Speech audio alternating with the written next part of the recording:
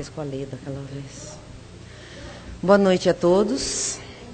Sejam bem-vindos nesta noite, londrina, né? Chuvosa, mas gostosa, esse friozinho tá bom, né? Os recadinhos de sempre, o pessoal que está acostumado aqui a vir já sabe das nossas palestras, né? Mas o principal agora, né, o mais próximo, é a nossa pintura mediúnica. Que será no dia 18 de abril, no buffet Ecomundi, em Cajamar, a partir das 13h30. E a entrada é 1 quilo de alimento para quem puder. Quem não souber chegar ou não tiver como ir, nós teremos ônibus, acho que 2 ou 3 micro-ônibus, né, aqui na porta. Então, vamos nos informar direitinho, né, quem tiver interesse. E contamos com a presença de todos, porque é um evento muito bonito, muito edificante. Fisicamente, desta vez também, em contato com a natureza, né? Mas espiritualmente é fantástico. Então, agora que todos já estamos aqui, mais serenos, vamos nos centrar um pouquinho. Quem quiser pode cerrar os olhos. Vamos respirar fundo, nos aconchegar bem aos nossos assentos. E vamos imaginar em nossa frente a presença meiga do nosso Mestre Jesus. Humildemente, vamos nos dirigir a Ele. Senhor Jesus, agradecemos por mais esta bendita oportunidade que estamos tendo de podermos estar aqui reunidos em Teu nome. Agradecemos toda a luz que Você joga sobre esta casa. Agradecemos a presença dos Teus emissários, dos nossos amigos do plano espiritual, que aqui já se encontram há algum tempo, já lendo as nossas necessidades, nos amparando, nos medicando. Agradecemos a presença dos nossos amigos encarnados, dos nossos amigos que nos assistem pela internet, e te pedimos, Senhor Jesus, permissão para dar por iniciada mais esta tarefa da noite de hoje. Hoje nós teremos o prazer da presença da nossa amiga Eugênia, que vai nos fazer uma palestra muito interessante. Seja bem-vinda sobre saúde, isso é muito bom. Seja bem-vinda. Obrigada. Boa noite a todos, boa noite àqueles também que nos assistem pela internet. Eu sou mais baixinha, licença.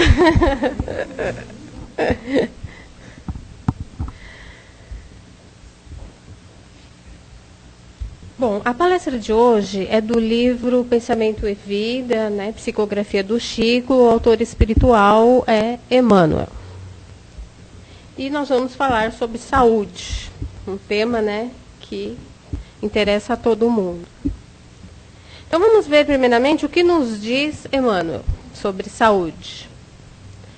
A saúde é assim como a posição de uma residência que denuncia as condições do morador, ou de um instrumento que produz em si o zelo ou a desídia das mãos que o manejam.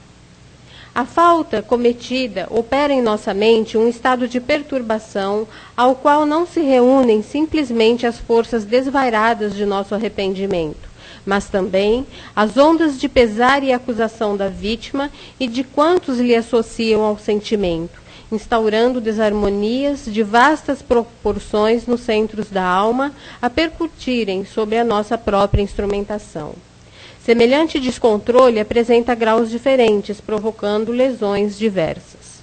A cólera e o desespero, a crueldade e a intemperança criam zonas mórbidas de natureza particular no cosmo orgânico, impondo às células a distonia pela qual se anulam quase todos os recursos de defesa, abrindo-se leira fértil à cultura de micróbios patogênicos nos órgãos menos habilitados à resistência. É assim que, muitas vezes, a tuberculose e o câncer, a lepra e a ulceração aparecem como fenômenos secundários, residindo a causa primária no desequilíbrio dos reflexos da vida interior. Todos os sintomas mentais depressivos influenciam células em estado de mitose, estabelecendo fatores de desagregação. Só um ligeiro esclarecimento, que é mitose. Célula em estado de mitose são as células quando estão se dividindo. Elas se dividem em duas células filhas, exatamente idênticas geneticamente à célula-mãe. Então, esse é o estado de mitose. Então, ele diz que os sintomas mentais depressivos influenciam as células quando estão em divisão celular. Por outro lado, importa reconhecer que o relaxamento da nutrição constrange o corpo apesar dos tributos de sofrimento. Enquanto encarnados, é natural que as vidas infinitesimais que nos constituem o veículo da existência retratem as substâncias que ingerimos. Nesse trabalho de permuta constante, adquirimos imensa quantidade de bactérias patogênicas que, em se instalando comodamente no mundo celular, podem determinar moléstias infecciosas de variados caracteres, compelindo-nos a recolher, assim, de volta os resultados da nossa imprevidência. Mas não é somente aí, no domínio das causas visíveis, que se originam os processos patológicos multiformes. Nossas emoções doentias mais profundas, quaisquer que sejam, geram estados enfermiços. Os reflexos dos sentimentos menos dignos que alimentamos voltam-se sobre nós mesmos, depois de convertidos em ondas mentais, tumultuando o serviço das células nervosas que, instalados na pele, nas vísceras, na medula e no tronco cerebral, desempenham as mais avançadas funções técnicas. Acentue-se ainda que esses reflexos menos felizes, em que se derramando sobre o córtex encefálico, produzem alucinações que podem variar de fobia oculta à loucura manifesta, pelas quais os reflexos daqueles companheiros encarnados ou desencarnados, temos aqui, ele está falando da obsessão, que nos subjugam ao modo de proceder e de ser, nos atingem com sugestões destruidoras, diretas ou indiretas, conduzindo-nos a deploráveis fenômenos de alienação mental. Na obsessão comum, ainda mesmo quando no jogo das aparências, possamos aparecer como pessoas espiritualmente sadias. Não nos esqueçamos, assim, de que apenas o sentimento reto pode esboçar o reto pensamento, sem os quais a alma adoece pela carência de equilíbrio interior, imprimindo no aparelho somático os desvarios e as perturbações que lhes são consequentes. Então, isso a gente já deve ter ouvido falar várias vezes, né, sobre as doenças psicossomáticas, né, aquelas que hoje a medicina estuda muito sobre isso, né, sobre as doenças que vêm da nossa psique, ou da nossa alma, se assim preferirmos, né, porque... E já se sabe bastante sobre isso hoje. Hoje, inclusive, existem vários experimentos, várias experiências nessa área, mostrando a ação da prece como efeito salutar. A ação da prece para a recuperação da saúde. Hoje já se tem muitos estudos sobre isso, né? Sobre exatamente essa ação benéfica da prece sobre o nosso organismo. E a medicina já chegou a várias conclusões científicas mesmo, de que a prece é bastante salutar, de que ela age no nosso organismo de maneira a trazer, digamos, o equilíbrio. Quando nós estamos equilibrados, nós conseguimos trazer de volta a nossa saúde, né? Aí eu queria começar falando um pouquinho sobre a história, né, da medicina, da onde isso se originou. Essa história da medicina, ela vem de longe. E ela se originou com Hipócrates, né, que é considerado o pai da medicina. Só que quando Hipócrates falava em saúde, ele queria dizer que a saúde, ela tem que ser vista como um todo. Nós não podemos desagregar as partes desse todo. Nós temos que encarar saúde do ponto de vista físico, emocional, cultural, inclusive até regional, da onde a pessoa mora, porque a pessoa está inserida num contexto. Então, a saúde, ela engloba todo um conceito maior. Hipócrates, quando ele falava em saúde, ele falava sobre essa busca, sobre essa compreensão desse todo, que nós somos um todo. Nós não somos partes desagregadas do todo, nós estamos inseridos em contextos da natureza e do próprio universo.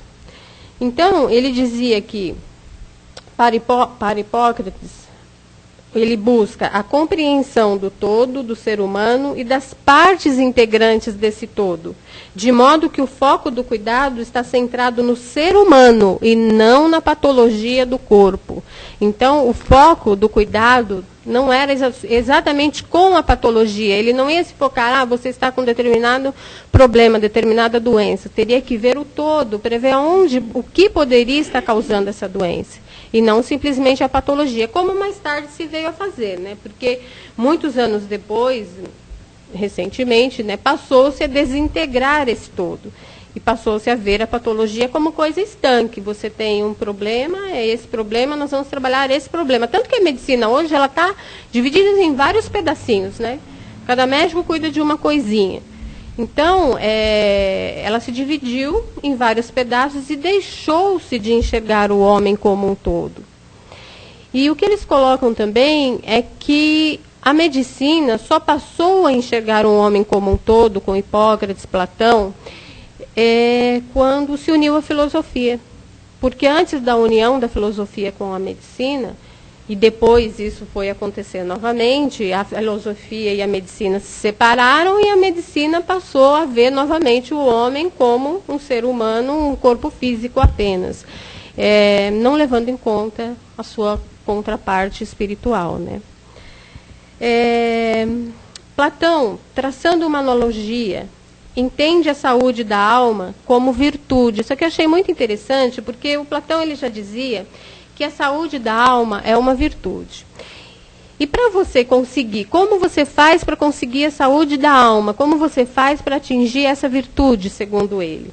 Ele dizia, ele dava a esse conceito o nome de fármaco, que seria remédio, droga, veneno ou cosmético, mas não no remédio da maneira como nós entendemos hoje. O que seria para ele essas coisas? Remédio, droga, veneno ou cosmético. Que através dessas 4 coisas você atingiria essa virtude da alma. Como seria? Ela seria entendida como o uso da palavra, o uso que você faz da sua palavra. Mais uma vez, a gente já cansou de ver isso, né? Que uso nós fazemos da nossa palavra, que uso nós fazemos daquilo que nós praticamos, daquilo que nós dissemos aos outros, né? Ele diz assim, quando administrada a palavra que nós proferimos, quando administrada a fim de levar ao conhecimento e ao equilíbrio, é remédio. Então, quando você usa a sua palavra para o conhecimento e o equilíbrio, é o remédio da alma. Quando mal empregada, a palavra é veneno para a alma. Quando dissimulada, é cosmético. E com a modernidade é enfatizada a cisão do corpo, da mente, do ser humano. E o ser humano passa a ser visto de forma fragmentada, analisado a partir de suas partes componentes. Então, como eu disse, mais para frente, o ser humano vai ser visto novamente de forma fragmentada. Cada parte é uma parte, não se juntam formando um todo, não se unem ao espiritual, não se unem à natureza, não se unem ao cosmos. É como se nós fôssemos um robozinho, né? Cada parte foi colocada ali e cada um conhece uma partezinha desse robô. Mas essa filosofia, né, que acabou sendo importante para Hipócrates e que trouxe essa união da medicina com a filosofia, essa filosofia já existia antes, né, e ela foi, digamos assim, desenvolvida pelos jônicos.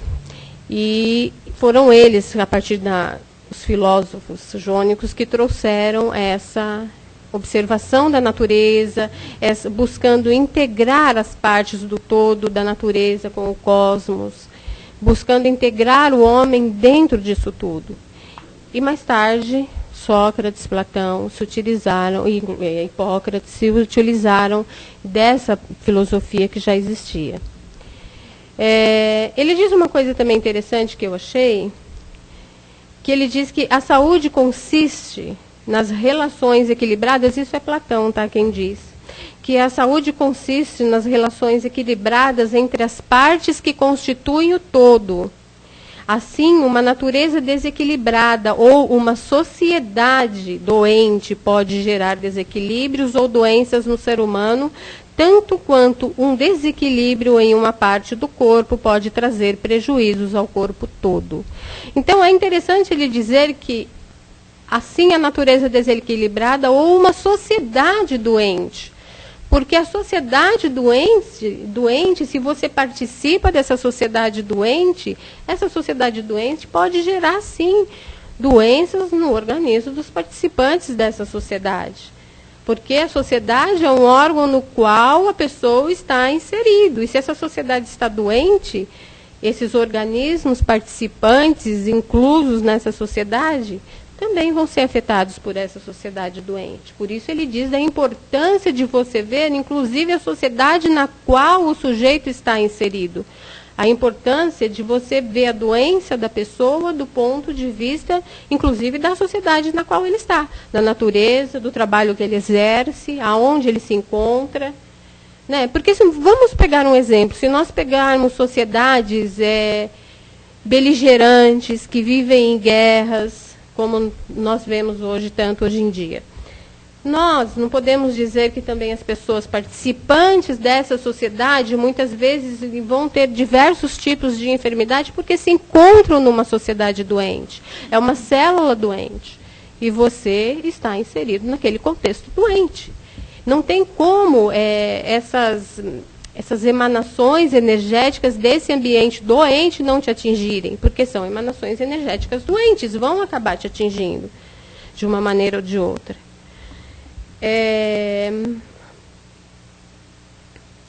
E Platão ainda diz que a alma constitui o guia do corpo e a parte a ser cultivada. Olha que interessante, que Platão já dizia isso, que a alma é o guia do corpo e a parte a ser cultivada. Já o corpo é compreendido como o que atrapalha a alma a conhecer, é fonte de vícios e paixões, e, em última instância, o cárcere da alma. Então, caberia a todo homem usar de suas faculdades racionais, o que significa cultivar sua alma para atingir a virtude, que seria a alma sã, né? Atingir essa virtude. E é interessante a gente observar que Platão já dizia isso muito antes de Jesus Cristo dizer que nós, e que muito antes do Espiritismo chegar, né, isso já era dito, de que a alma de que o corpo é a fonte dos vícios, das paixões e, em última instância, o cárcere da alma. Né? Então, o que atrapalha o crescimento, a evolução do espírito, é muitas vezes o corpo físico, né, que se deixa levar pelas paixões, pelos vícios, e, em consequência disso, acaba acarretando para si mesmo vários tipos de doença. Né? Mas, continuando, eu peguei aqui esse livro, que é muito interessante, e ele vai falar sobre... Ele coloca aqui, de uma forma assim, bastante didática, ele coloca 5 fatores que nos levariam a enfermidades. Então, quais seriam esses 5 fatores que levariam o ser humano à enfermidade? Vejam, é para efeitos didáticos. Tá? Ele diz que as injunções kármicas, as injunções de natureza kármica que dizem com o comportamento remoto, respondem por doenças, inibições ou predisposições que se diferenciam nitidamente das manifestações de caráter patológicos devido a causas atuais. Assim, erros pretéritos, a comprometerem o delicado dinamismo dos centros de força do corpo espiritual, demandam um processo restaurador que pode se prolongar, às vezes, por diversas encarnações, manifestando-se em forma de moléstias, defeitos congênitos ou predisposições a enfermidades. Certo é, pois, que o fator conduta já é salientado e sempre determinante. Por que, né, o fator conduta do indivíduo é determinante? Porque você pode trazer consigo predisposições a determinadas doenças kármicas, porque nós temos gravado no nosso perispírito tudo aquilo que nós fizemos e tudo aquilo de que vamos precisar para expurgar muitos erros do passado. Mas essas predisposições, as coisas não são assim tão, digamos assim, fatídicas. Elas podem acontecer ou não, dependendo da minha conduta. Então, como ele diz, o fator conduta é sempre determinante. Porque se a minha conduta nessa encarnação, se eu venho com uma predisposição, digamos, para um câncer, para expurgar algo que eu tenha feito anteriormente, algum dano que eu tenha causado ao meu organismo. E hoje, a minha conduta é mais, digamos assim, determinada mais para o bem, para o amor, para o perdão. Se eu não sou uma pessoa irascível, se eu não sou uma pessoa, se eu sou uma pessoa mais voltada para o amor, pode ser que isso que eu vi, que é essa predisposição nem se manifeste, porque eu mudei a minha conduta. Então as coisas não são tão estanques. Se eu tenho que passar por isso, eu vou passar por isso. Não, tudo vai depender de como eu vou me portar nessa encarnação. O meu comportamento atual é que vai determinar se essas doenças já pré-existentes vão aparecer ou não, né? Tem até uma historinha que eu me lembro de eu não sei onde eu li, mas dizia que um trabalhador de um centro espírita, ele era médium, se dedicou a vida inteira ao espiritismo, e um belo de um dia ele perde um dedo. E nesse dia que ele perde o dedo, ele não se conforma. E aí ele pergunta para uma entidade, né? Nossa, mas eu me dediquei a vida inteira, eu trabalhei a vida inteira pelo espiritismo, eu sempre fui bom, fiz o bem. Por que eu perdi o dedo? Por que vocês fizeram isso comigo? Aí a entidade respondeu para ele: era para você ter perdido o braço. Só que você, nessa encarnação, praticou tanto bem, fez tantas coisas boas, que você perdeu só o dedo ao invés do braço. Então, isso pode acontecer com muita gente. Talvez a gente tenha que passar por alguma doença, mas dependendo da nossa sintonia mental hoje, não vamos passar por essa doença, né? Mais adiante, ele vai dizer... Esse é um dos primeiros fatores, as injunções kármicas, porque, segundo ele, os fatores, as doenças kármicas, são claramente distinguíveis das patologias que nós adquirimos na atualidade. O segundo fator seria a invigilância mental.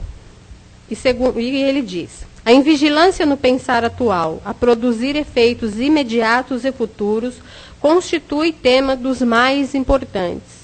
A ausência do autodomínio, que leva ao descontrole emocional, o trato antifraterno com os semelhantes, os pensamentos de agressão ou vingança, a refletirem os sentimentos de orgulho, egoísmo e ambição, refletem-se de imediato no perispírito e na aura, produzindo as conhecidas formas, pensamentos, de que, embora transitória guarnição carnal, mostram bem a condição de quem as emite. Porque nós criamos em volta de nós, muitas vezes, com as nossas más tendências, como ele diz, com os nossos pensamentos de agressão, de vingança, de raiva. Nós emitimos essa agressividade para o outro, essa energia ruim para o outro. E muitas vezes, quando você agride alguém, esse outro está emitindo para você também essas formas, pensamentos. Ele cria isso. E tem uma passagem do Chico que ele diz assim, é um livro que eu não me lembro agora o nome, foi um jornalista que escreveu sobre a vida dele. E ele diz que o Chico estava saindo de casa para ir em algum lugar e estava já atrasado para esse compromisso que ele tinha. Quando ele sai, ele encontra uma senhora que diz a ele: eu preciso falar com você, Chico, eu preciso do seu conselho. E ele fala para ela: agora eu não posso porque eu estou muito atrasado. E continua andando.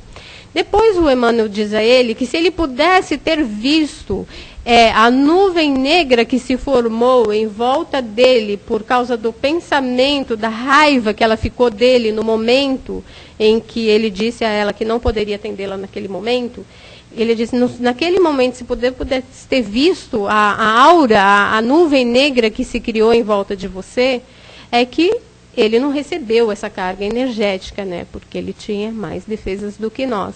Agora nós, se você recebe, às vezes, uma carga energética tão violenta, isso causa desequilíbrio. Então, não são só os nossos pensamentos. Nós temos que tomar cuidado com aquilo que nós fazemos ao outro, porque a maneira como o outro também interpreta isso. Por isso, tomar cuidado com as palavras, como Platão dizia.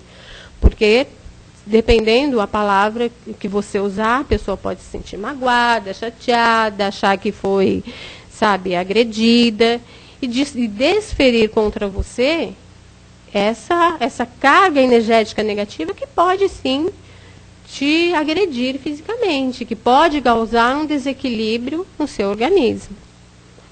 E mais adiante ele diz: as ideias pensadas projetam-se, pois, na aura, possibilitando até mesmo a identificação espiritual da mente emissora. E é verdade, porque inclusive já fotografaram a aura, quando de pessoas, por exemplo, que sentem muita raiva, quando a pessoa está com raiva, quando a pessoa está com ódio, sabe? A aura ela fica enegrecida, a cor da aura muda. Já tem fotografias da aura dessa maneira. E a aura muda completamente. Ela fica com pontos enegrecidos. E quando nós recebemos esses golpes também. Aí ele continua: é bem de ver, pois, que os pensamentos de cólera ou ódio, de paz ou amor, claramente representados na aura de quem os emite, mas não só podem refletir-se nos outros, como de modo especial produzem efeitos certos no equipamento fisiológico de quem os produz. Então, vai refletir no outro que está recebendo essa carga energética negativa e vai refletir nele mesmo, claro, porque não tem como, né? Ele vai sofrer as consequências dos seus próprios pensamentos. A terceira colocação, o terceiro item que ele coloca como fator importante seriam as tensões psicológicas. E ele diz: as tensões psicológicas e as experiências traumáticas alinham-se também claramente entre os fatores desencadeantes de enfermidades. Sabem os psiquiatras e os psicólogos da influência decisiva do psiquismo na fisiologia orgânica. Isso todo mundo sabe, né? Que infelizmente o nosso psiquismo, ele é de tal maneira, tão poderoso, nós não conhecemos nem um décimo ainda do que a nossa mente é capaz de fazer. Para a gente ter uma ideia de como o psiquismo consegue controlar o corpo de tal maneira, vamos pegar o caso, por exemplo, da gravidez psicológica. A pessoa engravida, tem todos os sintomas da gravidez, a barriga cresce, e não existe nenhum bebê, não existe nenhum feto. A gravidez é psicologicamente, ela tem esse poder de provocar essa gravidez. E se ela tem o poder de provocar uma gravidez psicológica, ela também tem o poder de provocar desarranjos 1000, né, no nosso organismo.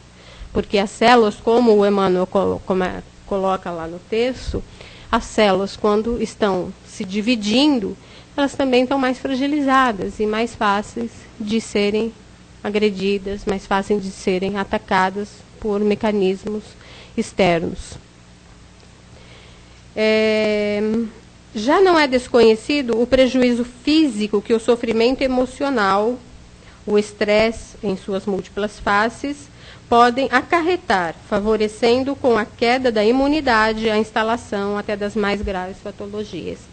Porque quando a gente também está, isso também já é comprovado, quando nós estamos emocionalmente abalados, nós temos uma queda no nosso sistema imunológico, isso é comprovado. Nosso sistema imunológico. Existem bactérias no nosso organismo que se manifestam quando nós temos quedas no sistema imunológico. Elas vivem no nosso organismo perfeitamente bem, sem nenhum problema, enquanto o sistema imunológico está funcionando direitinho. Quando você passa por períodos de tensão emocional muito grande, essas bactérias elas começam a se manifestar, porque o sistema imunológico teve uma queda. E é interessante também a gente observar que hoje muitos médicos já trabalham com esse fator emocional. Sabe-se, por exemplo, que problemas de coluna está envolvido com o emocional. Tanto que eu tenho problema de coluna, e eu estou falando isso porque o meu médico cansa de te falar, não adianta te tratar, o problema é emocional, entendeu? Então, é assim, a maior parte dos problemas, ele disse, eu posso te tratar, eu posso tirar a sua dor, ele mesmo me disse, eu posso tirar a sua dor, posso amenizar os seus sintomas. Ele falou, mas a causa maior é emocional, você tem que descobrir aonde está onde está o foco desse emocional que está te prejudicando de uma maneira tão grande, afetando a coluna e outras partes do corpo. Então, eles sabem já disso hoje, que grande parte dos nossos problemas é emocional. E se nós tratarmos o nosso emocional, se nós tivermos o nosso emocional equilibrado, nós conseguiremos ter uma saúde melhor. Não perfeita, porque nós ainda estamos no mundo de provas e expiações, mas teremos uma condição de saúde melhor. Aí ele diz, é que a mente em desgoverno causa a disfunção dos centros de força do perispírito, não só proporcionando o surgimento de distúrbios psicológicos, como pela repercussão neuroendócrina que desestabiliza o próprio sistema defensivo. Aí tem um trechinho que ele diz, que o Emmanuel nos diz o seguinte: toda emoção violenta sobre o corpo é semelhante a martelada forte sobre a engrenagem de máquina sensível, e toda aflição amimalhada é como ferrugem destruidora, prejudicando-lhe o funcionamento. E a alergia, né? Agora eu lembrei da alergia, porque a alergia também tem muito a ver com o sistema emocional. Porque os alérgicos normalmente são pessoas também com um emocional mais fragilizado. Quanto mais fragilizado você for, mais problemas alérgicos você vai ter. Tem muito a ver com o sistema emocional a alergia. Então, se nós pegarmos a quantidade de doenças que existem e formos analisar, a gente vai ver que grande parte dessas doenças vem do emocional. A não ser como o André Luiz aqui no Evolução em Dois Mundos mesmo coloca. Tirando, claro, o desleixo, a falta de higiene, claro, nós podemos tirar isso também. Não podemos dizer que, não, então quer dizer que se eu for uma pessoa mentalmente sadia, for uma pessoa que vive vibrando amor, eu posso ignorar as leis de higiene, eu posso comer qualquer coisa. Não, não é assim. Porque o nosso organismo é o corpo físico, ele vai se ressentir, claro, daquilo que você comer, da falta de higiene, as bactérias estão aí em todos os lugares, não há como você se prevenir disso. Então, o único jeito de você se prevenir é com uma alimentação adequada, com uma higiene adequada, mas o mais importante é que se nós formos ver, a maioria dos problemas crônicos, eles têm origem no emocional. Aí ele continua dizendo assim, que cultivar melindres e desgostos, irritação e mágoa é o mesmo que semear espinheiros magnéticos e adubá-los no solo emotivo da nossa existência. É intoxicar por conta própria a tessitura da vestimenta corpórea, estragando os centros de nossa vida profunda e arrasando, consequentemente, sangue e nervos, glândulas e vísceras do corpo que a divina providência nos concede entre os homens, com vistas ao desenvolvimento de nossas faculdades para a vida eterna. Bom, aí tem mais, tem mais duas aqui. 2 itens de como nós adquirimos as enfermidades. A próxima são as influências psicoambientais, que foi aquilo também que eu coloquei lá, e que Platão e Hipócrates já falavam das influências do ambiente no organismo. As influências do ambiente psíquico, psicosfera ambiental, podem comparecer como fator bem significativo na instalação de uma doença. É que, se impregnado de energias salutares, produz efeitos benfazejos, e se saturados de forças deletérias, resquícios de formas pensamentos degenerados, pode causar malefícios, dadas as inevitáveis repercussões no corpo espiritual. Ora, que seriam, então, essas influências psicoambientais no nosso organismo? Quando a gente está num lugar assim, onde todo mundo vibra vibra mais amor, viva afetividade, onde as pessoas se compreendem. Você está participando de uma reunião onde todo mundo calmo, onde as pessoas estão interligadas por um sentimento afetivo. Você se sente bem. não é? Você tem aquela impressão de que você está se sentindo bem, você está se sentindo bem de fato de estar ali. Aquilo te transmite paz, te transmite tranquilidade.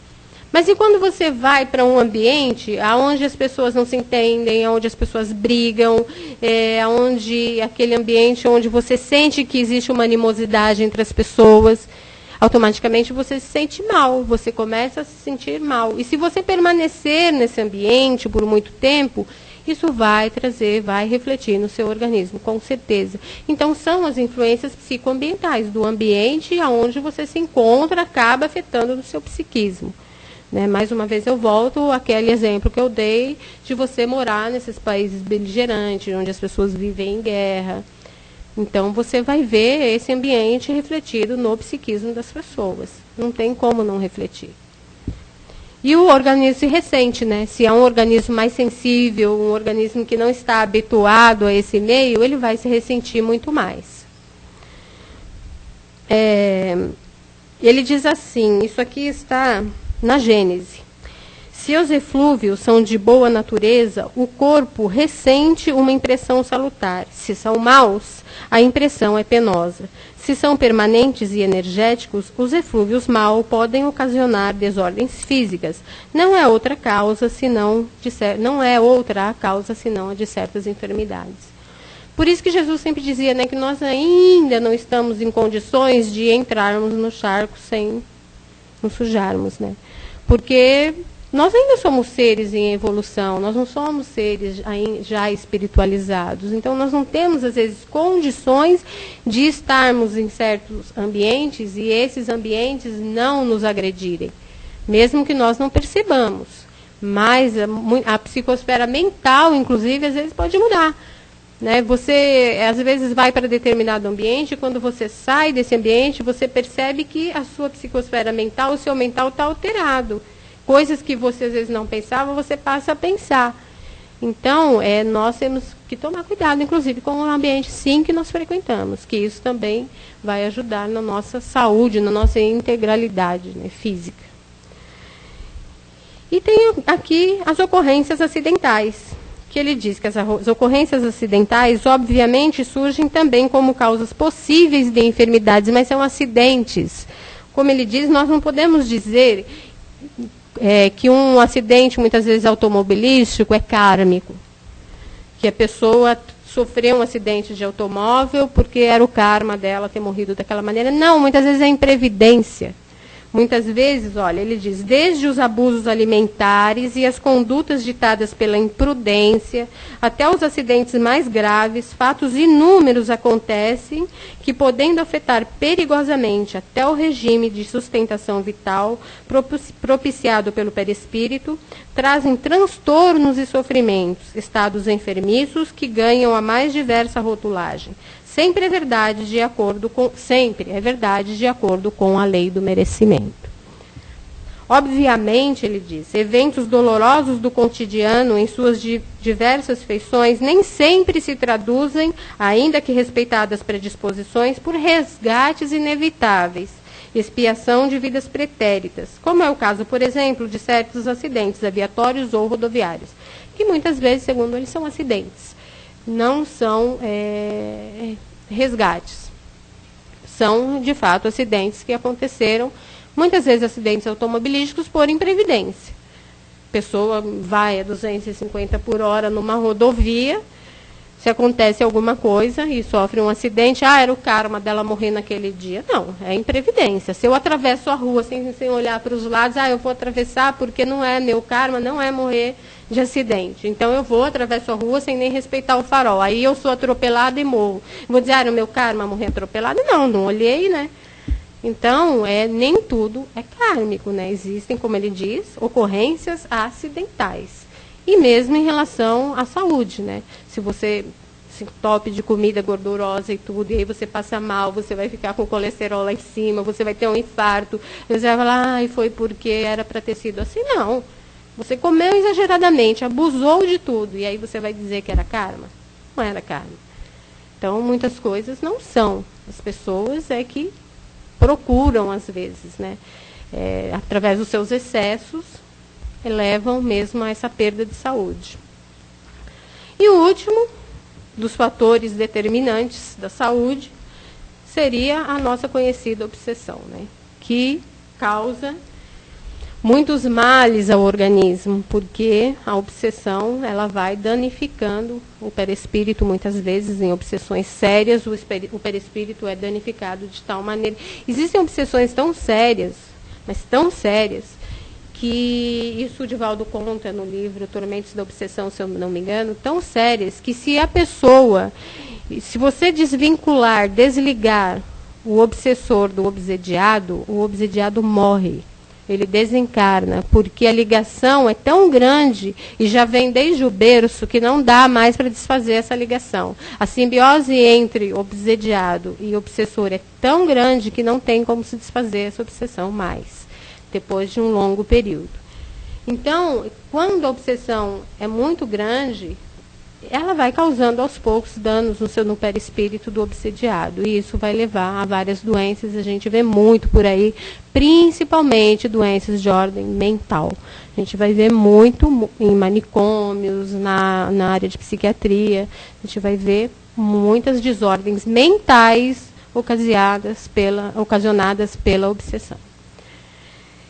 Aí ele diz assim, rapidinho, que eu já estou no horário, consiste genericamente na atuação ou domínio de um ou mais espíritos sobre outros, provocando sofrimentos mentais e por consequências, perturbações físicas. Suas causas são sempre de ordem moral, e embora às vezes se nos escapem a uma melhor compreensão, seus perigosos efeitos já são bem conhecidos nossos. Relaciona-se comumente com os desejos de vingança, mas pode ligar-se também à simples vontade de prejudicar ou a outros motivos e circunstâncias. Aí eu só achei interessante essa frase, que ele diz que de qualquer forma, isso Emmanuel nos diz, a obsessão é sempre uma prova, nunca um acontecimento eventual. Então, a obsessão não acontece por acaso, ninguém é obsediado por acaso. E, normalmente, nesses processos obsessivos, existe a ligação das duas partes, obsediado e obsessor. O obsessor não está sozinho, o obsediado aceita a obsessão. E, como diz André Luiz, toda obsessão tem alicerces na reciprocidade. Então, tem que haver reciprocidade entre os dois, porque não dá, o obsessor ele não vai continuar obsediando uma pessoa que não tem mais afinidades mentais com ele, que já não compartilha dos mesmos... Hã? Isso, exatamente. Não tem mais a mesma sintonia vibratória que o obsessor. Aí a obsessão acaba. Mas, normalmente, a sintonia vibratória é a mesma. E vai levar mesmo a grandes... problemas físicos e mentais. Na maioria na área mental, que a gente vai ver muitos problemas mentais nessa área ocasionada por obsessão. Bom, só para encerrar, vou dizer uma coisinha, uma frase que está aqui nesse livro, da Evolução em Dois Mundos, que é do André Luiz. O autor espiritual é o André e a psicografia do Chico Xavier. No final, ele nos diz assim, no capítulo que ele fala sobre invasão microbiana, no final ele diz assim, amparo aos outros cria amparo a nós próprios. Motivo porque os princípios de Jesus, desterrando de nós animalidade e orgulho, vaidade e cobiça, crueldade e avareza, e exortando-nos à simplicidade e à humildade, à fraternidade sem limites e ao perdão incondicional, estabelecem, quando observados, a imunologia perfeita em nossa vida interior, fortalecendo-nos o poder da mente na autodefensiva contra todos os elementos destruidores e degradantes que nos cercam e articulando-nos as possibilidades imprescindíveis à evolução para Deus. Então, mais uma vez, qual é o caminho para que a gente possa ter uma saúde, reforma íntima, né? Mudarmos os nossos padrões vibratórios, caminharmos, né? Seguindo o quê? O Evangelho, né? Isso aí. A gente vai estar com certeza no caminho de uma saúde para o nosso organismo físico. Né? Físico e espiritual, né? Que eles não estão sozinhos, separados. Boa noite, gente.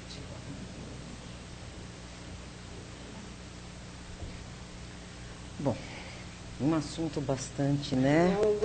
Não, e interessante, profundo, né? Nós não temos muito tempo, mas se alguém quiser fazer alguma colocação, estamos à disposição, alguma pergunta. Se não, a Eugênia pode ficar, né? Um pouquinho depois, enquanto a gente estiver nos passes. Tudo bem? Então, nós vamos chamar o nosso colega Caetano para encerrar pela gente que veio correndo hoje, coitado, né? Com esse trânsito danado, mas seja bem-vindo, então. Boa noite. Está aí um bom motivo, né? Que as pessoas pensam, poxa, por que seguir Jesus, o Evangelho, ser bom, fazer o bem, né? Pensa que é só, não, a questão de religiosidade. Não, é saúde também, né? Você vai evitar um monte, você vai adquirir saúde e evitar um monte de problemas físicos, né? E são daqueles kármicos, né? Os kármicos não tem jeito. Você só diminui a intensidade. Bom, vamos então voltar ao nosso relaxamento, relaxar nossos corpos novamente. E agora que já recebemos, vamos doar um pouquinho, convite para que nós pratiquemos a caridade aconselhada por Jesus e fazemos através das nossas doações, doando um pouco da nossa energia, do nosso ectoplasma sadio, para os nossos irmãos espirituais prepararem substâncias, prepararem vários remédios que serão utilizados nos corpos espirituais dos nossos irmãos desencarnados que estão aqui no nosso ambiente ou estão muito longe de nós. Então, assim serenos e tranquilos, vamos colocando nossas melhores energias aos pés de Deus nosso Pai. E pedimos, Pai, que a Tua bondade infinita alcance, meu Pai, a todos os nossos irmãos em expiação e provas deste mundo. Que todos possam receber a Tua luz, onde quer que estejam, nos hospitais, nos manicômios, nos hospícios, nas prisões, nas penitenciárias, nos lares em desarmonia, né? Debaixo das pontes, aqueles que passam fome, aqueles que estão abandonados, ou aqueles que estão desamparados mesmo dentro dos seus próprios lares. Que a lembrança de Deus, nosso Pai, seja essa lembrança sadia, que possa resgatar a saúde integral que lhe falta. Pedimos, Pai, as Suas luzes, as Suas bênçãos para todos os nossos irmãos que se declaram nossos inimigos, aqueles que nos perseguem, que nos caluniam, os nossos obsessores. Vamos, nesses instantes, elevar um pensamento de amor em direção a todos esses nossos irmãos. Vamos pedir ao Pai que um dia possamos nos entender como verdadeiros irmãos, pelas nações em guerras e em conflitos, pelo nosso planeta que está enfermo, em virtude das atitudes dos seus habitantes. Vibramos pelo nosso planeta, para que nós possamos transformá-lo com as nossas vibrações de amor, transformando as nossas atitudes, modificando as nossas ações para o bem e para a luz. E assim nós vamos melhorando a psicosfera do nosso planeta, que com certeza vai refletir em todos os corações, sejam encarnados ou desencarnados.